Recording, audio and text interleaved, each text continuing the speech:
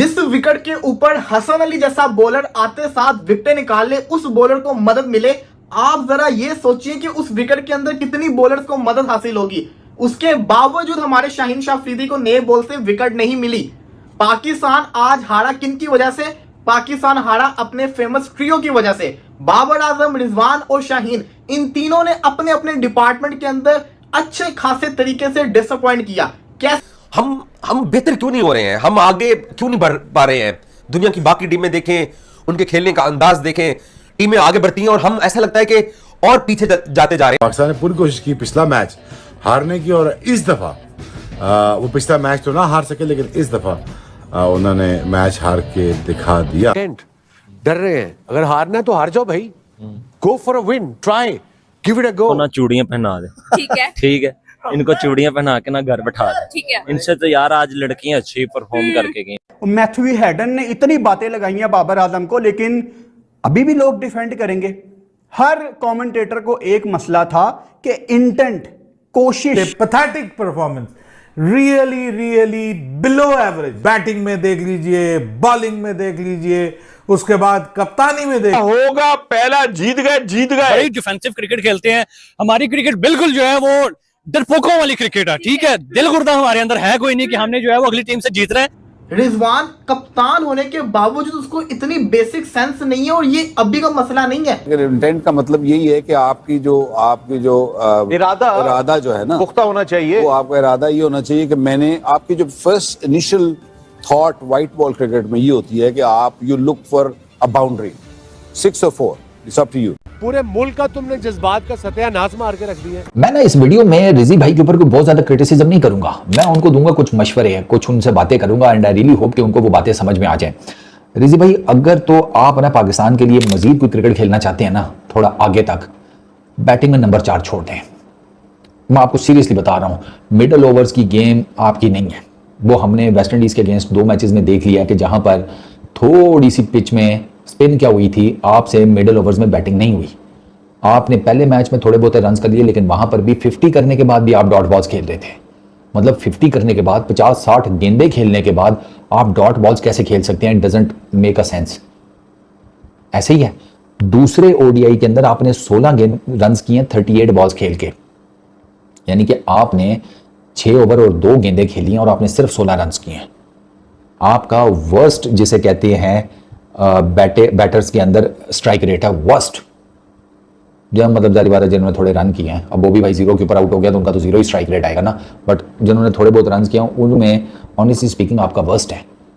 अब इस strike rate के साथ आप मुझे बताएं, आप ओडीआई क्रिकेट में मिडिल ओवर्स में क्या कर रहे हैं? और आपको पता है कि आपकी ये जो गंदी बैटिंग है, इसका प्रेशर आपकी विकेट कीपिंग में भी आ रहा है।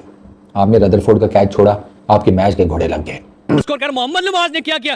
25 बॉलों के ऊपर जनाब उस बंदे ने 5 स्कोर किया। और नवाज और बाबर आजम की तो बात ही छोड़ देना भाई, 0 स्कोर। इसका तो, इस बंदे का तो कमबैक हो ही नहीं रहा 5 साल से भाई। इतना बुरा डाउनफॉल तो मेरे हाल में दुनिया में किसी प्लेयर के ऊपर नहीं आया जितना हमारे बाबर आजम के ऊपर आ चुका हुआ है।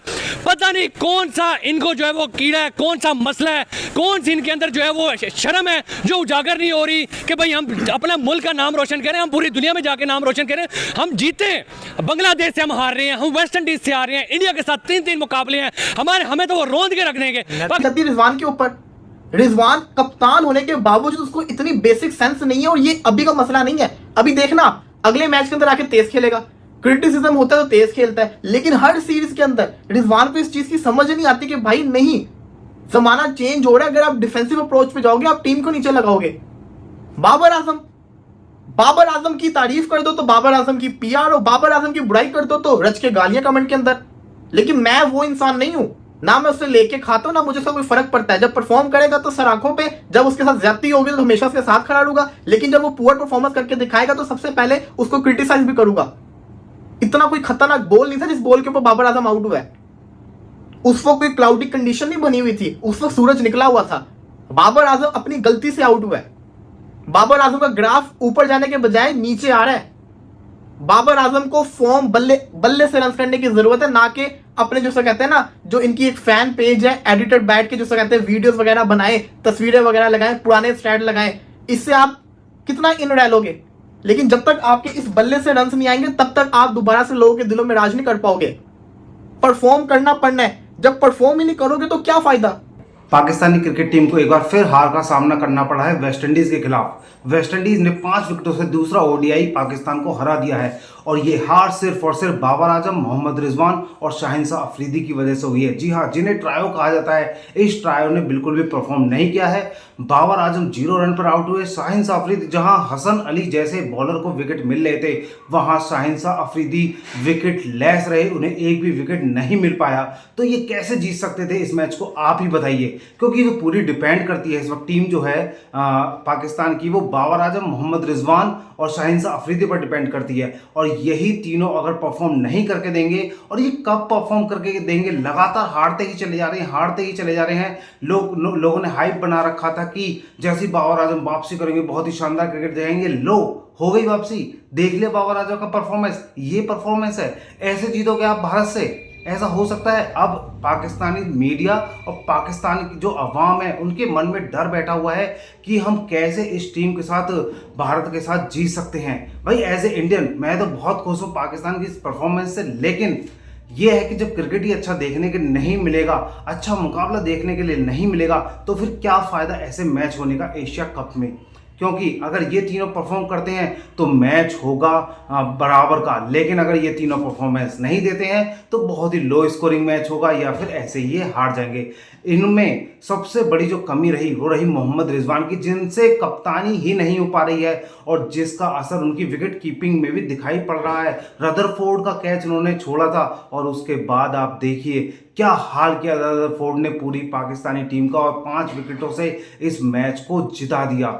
तो ये जीत बताती है कि वेस्टइंडीज रिटर्न हो गई है अब 9वें नंबर पर, जो कि 10वें नंबर की टीम थी, और पाकिस्तान थी 4थे नंबर पर, वो अब 5वें नंबर की टीम बन चुकी है। तो ये बहुत ही शर्मनाक हार है, और ऐसी हार हालांकि ये डिजर्व करते हैं, क्योंकि जो पाकिस्तानी टीम के पिछले परफॉर्मेंस चल रहे हैं ना, वो ऐसे ही हैं, और इस हार को वो डिजर्व करते थे। पहला मैच तो वो हारते हारते बस जीत ही गए थे, लेकिन दूसरे मैच में उन्होंने हार को हाथ जोड़कर स्वीकार कर लिया। अगर अभी तक आपने वीडियो को लाइक और चैनल को सब्सक्राइब नहीं किया है तो जल्दी कीजिए। मैं आपका दोस्त प्रवीण कुमार शर्मा।